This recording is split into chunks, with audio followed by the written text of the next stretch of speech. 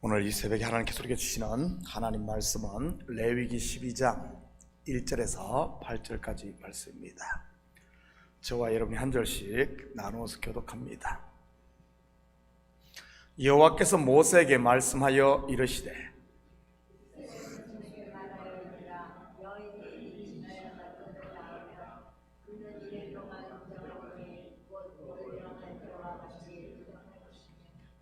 여덟째 날에는 그 아이의 포피를 벨 것이요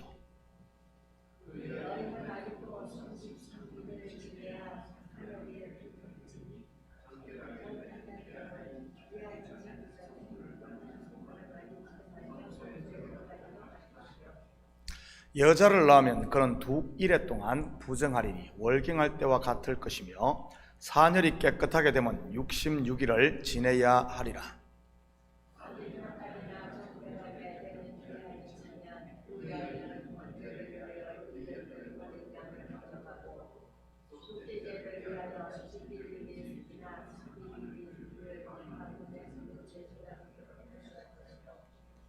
제사장은 그것을 여호와 앞에 들여서 그 여인을 위하여 속죄할지니 그리하면 사년이 깨끗하리라. 이는 아들이나 딸을 생산한 여인에게 대한 규례니라.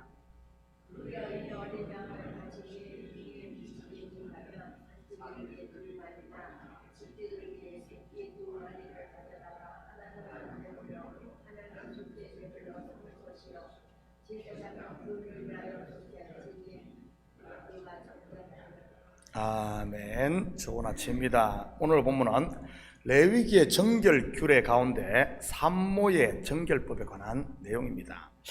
분명 출산은 생육하고 번성하라는 하나님의 명령일 뿐만 아니라 축복임이 틀림없습니다.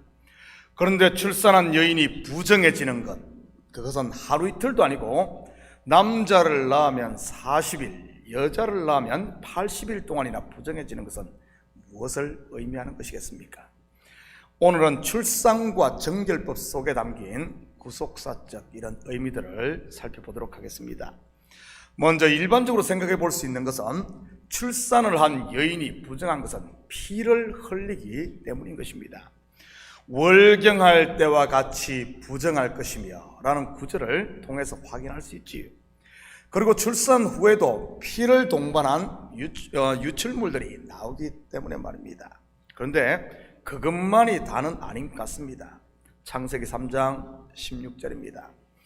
또 여자에게 이르시되 내가 내게 임신하는 고통을 크게 더하리니 내가 수고하고 자식을 낳을 것이며 너는 남편을 원하고 남편은 너를 다스릴 것이니라 하시고, 우리는 이 구절을 선악과를 따먹고 범죄한 하와에 대한 저주 또는 심판으로만 이해를 하기 쉽습니다. 물론 문자적으로만 보면 그렇게 보입니다. 그래서 출산은 분명 축복이었는데 죄로 말미암아 출산 후에 부정하게 되었다고 보기도 하고요. 그런데 성경은 그렇게 단순하지 않습니다. 왜냐하면 이렇게 저주와 심판을 선언하고는 다음에 어떤 일이 일어납니까? 계속해서 21절입니다.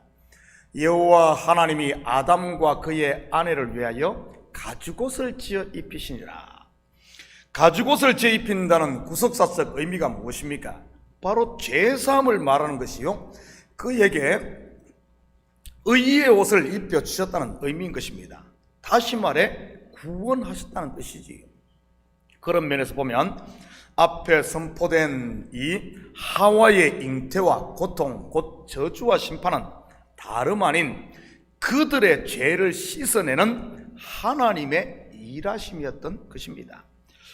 그러다면 하와 곧 여자에게 주어진 임신하는 고통이 갖는 구속사적 의미는 무엇이겠습니까? 해산의 고통을 통해 자식이 태어나는 것 말이지요. 바로 예수 그리스도의 십자가 피 흘림을 통해 하나님의 아들인 저와 여러분이 거듭나는 것을 말하는 것 아니겠습니까? 바로 피 흘림 곧 부정을 통해 저와 여러분이 하나님 앞에 정함이 되는 것 말이지. 또 성경에 나오는 해산에 대한 구절을 살펴볼까요? 디모데전서 2장 15절입니다. 그러나 여자들이 만일 정숙함으로써 믿음과 사랑과 거룩함에 가면 그의 해산함으로 구원을 얻으리라. 사도 바울이 한 이 말이 여자는 아이를 낳아야 구원받는다는 말일까요? 해산함으로 구원을 얻으리라. 그런 말은 분명 아닐 것입니다. 그렇다면 무슨 말이겠습니까? 해산함으로 구원된다는 이런 의미가 말이지요. 히브리서 12장 3절 4절입니다. 너희가 피곤하여 낙심하지 않기 위하여 죄인들이 이같이 자기에게 거역한 일을 참으신 일을 생각하라. 너희가 죄와 싸우되 아직 피 흘리기까지는 대항하지 아니하고.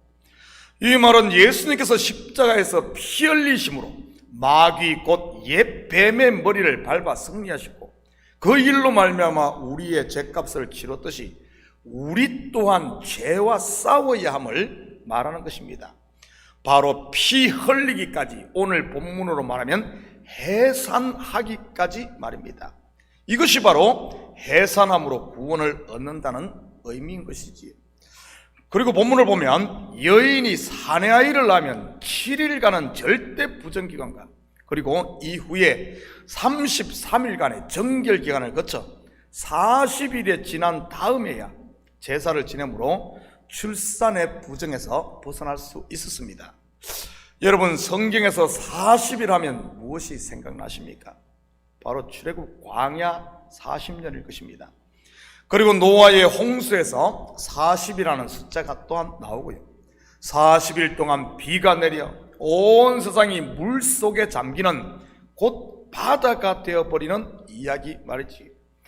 노아 홍수의 이야기로 말한다면 물에서 나와 아라랏산 정상에 방주가 안착한 것입니다.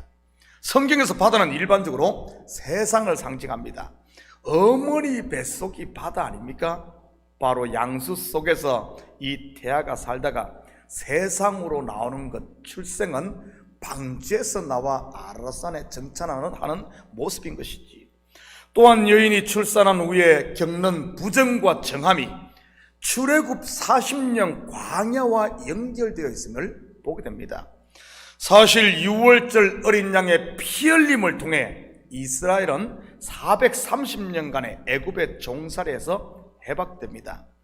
애굽에서 나온 것이 태아가 세상에 출생한 모습과 같은 그림인 것이지. 애굽에서 나오면 다 된 것입니까? 아닙니다. 어떻게 하죠? 광야를 지나 약속의 땅 가나안에 들어가야 하는 것입니다. 그래서 애굽에서 나온 이스라엘은 광야로 들어가 40년간, 원래는 40일이었죠 40일 정탐꾼에 그래서 하루를 1년 쳐서 40년 되잖아요. 40년을 돌며 그들의 죄를 다 씻어냅니다. 물론 출애굽 1세대들이 이 기간 동안 다 죽음으로 말이지. 오늘 본문으로 말한다면 여인이 피와 분비물을 다 쏟아내는 과정이지. 그래야 다음에 또 다른 잉태를 할 수가 있고 건강한 것이고, 영적으로 보면 지금 우리들 또한 광야 교회를 살고 있습니다. 신앙생활이란 걸 통해 우리 속에 남아있는 옛사람의 분비물을 쏟아내고 있는 과정 말이지. 그렇기 때문에 교회에 잡음도 많고 시험도 많은 것 아니겠습니까?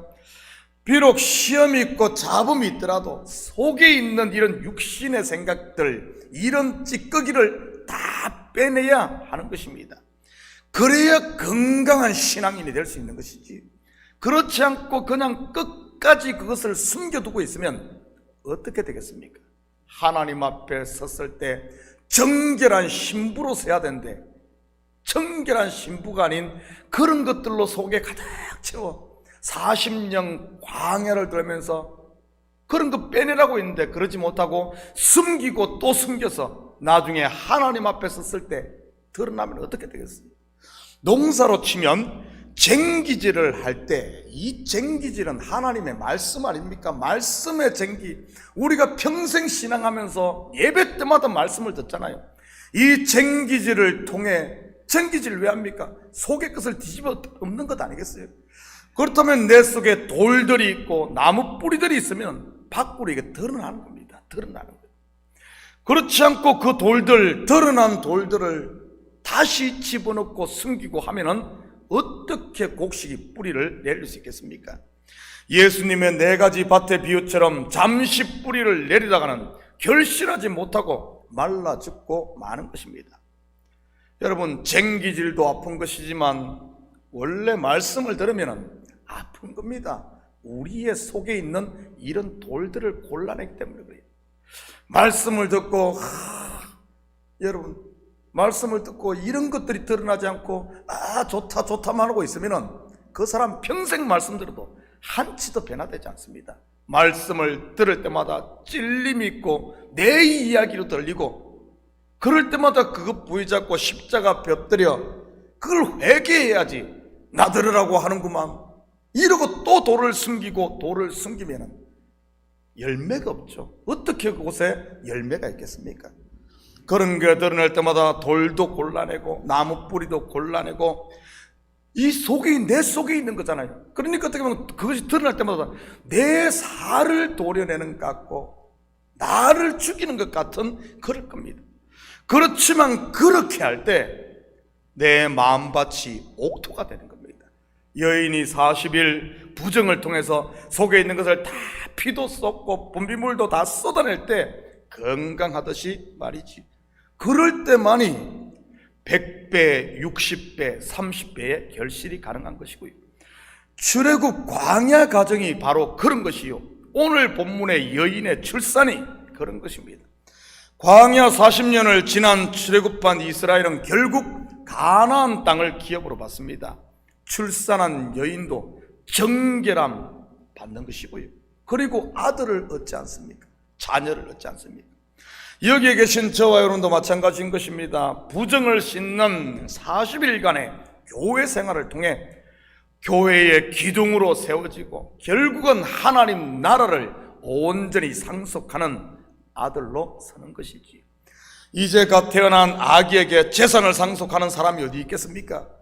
그 기업을 누리고 유지할 수 있을 만큼 성장했을 때 상속하는 것 아니겠어요? 그렇지 않으면 탕자 비유에 나오는 둘째 아들처럼 다 말아먹게 되고 마는 것이지. 한 아들의 출생에는 여인 곧 교회에 이런 부정의 기간이 있어야 하는 것을 가르치는 것 아니겠습니까? 그런데 딸일 때는 그 부정의 기간이 2배가 됩니다. 절대 부정 기간이 14일, 그리고 66일간의 정결 기간을 거쳐 80일이 지난 다음에야 제사를 드리고 출산의 부정에서 해방되는 것이지. 그 이유가 무엇이겠습니까? 남녀의 성차별을 말하는 것일까요? 그것은 분명 아닐 것입니다. 어떤 신학자는 그 이유에 대해 여자아이의 경우 남자아이의 출생 때보다 분비물이 더 많아 그랬을 것으로 말하기도 합니다만, 제가 정확한 의학적인 지식이 없어서 그런지는 잘 모르겠습니다. 아무튼 출산 후에 있는 부정과 이 정함을 통해서도 성경은 구원의 과정과 이 구원의 비밀을 이야기하고 있다는 사실입니다. 그리고는 번제와 속죄를 드림으로 이 출산의 부정에서 벗어나는 것이지. 사랑하는 성도 여러분, 오늘 하루도 내 속에 있는 돌들이 드러날 때마다 속에 파묻거나 다시 숨기기 바쁜 그런 인생이 아니라 그런 돌들을 십자가 앞에 온전히 내려놓고, 여러분, 우리가 과메야만 도는 인생 그랬어야 되겠어요? 물 위만 떠다니는 인생이 되지 마시고 이제는 부정에서 정함으로 광야를 떠도는 이 삶에서, 안식이 없는 그 삶에서 안식으로, 그리고 이제는 새 하늘과 새 땅을 받아 하나님이 이제 포도 농사도 짓고 즐거움을 누리는, 이는 하나님 나라의 안식과 평안, 하나님 우리에게 주신 복을 오늘도 누리는 이런 행복한 하루 되시기를 예수님의 이름으로 축복합니다. 같이 기도하십시다. 사랑의 아버지 하나님, 참으로 감사를 드립니다. 아버지 하나님, 세상의 모든 만물 가운데 이런 출생 가운데도 아버지 하나님 구원의 비밀을 숨겨 놓으시고, 아버지 하나님, 우리가 그냥 되는 것이 아니라 태어났으면, 예수 그리스도의 피로 거듭났으면 아버지 하나님, 남은 인생은 피 흘리기까지 싸우며 우리 속에 있는 이런 죄악된 것, 육신의 생각, 탐욕, 이런 것에 지지 않고 이런 것에 드러날 때마다 십자가에 엎드리는 이런 삶, 날마다 나는 죽는 이런 삶을 통해 우리가 하나님 앞에 흠도 없고 티도 없는 그리스도의 신부로 정결한 자녀로 거룩한 백성으로 만들어져 가는 아버지 이 원리를 알아 오늘도 아버지 난 열심히 믿음으로 살며 아버지 난 그런 가운데 내 속에 돌들이 드러날 때마다 골라낼 수 있는 이런 믿음의 담력도 더하시고 용기도 더하여 주셔서 오늘도 참으로 주님께서 주신 하나님 나라의 이런 복들을 누리며 사는 저희들 되게 도와주시옵소서. 이 새벽도 간구하는 기도 제목마다 주님 들으시는 줄 믿사오며 이 모든 말씀 예수님의 이름으로 기도드립니다. 아멘.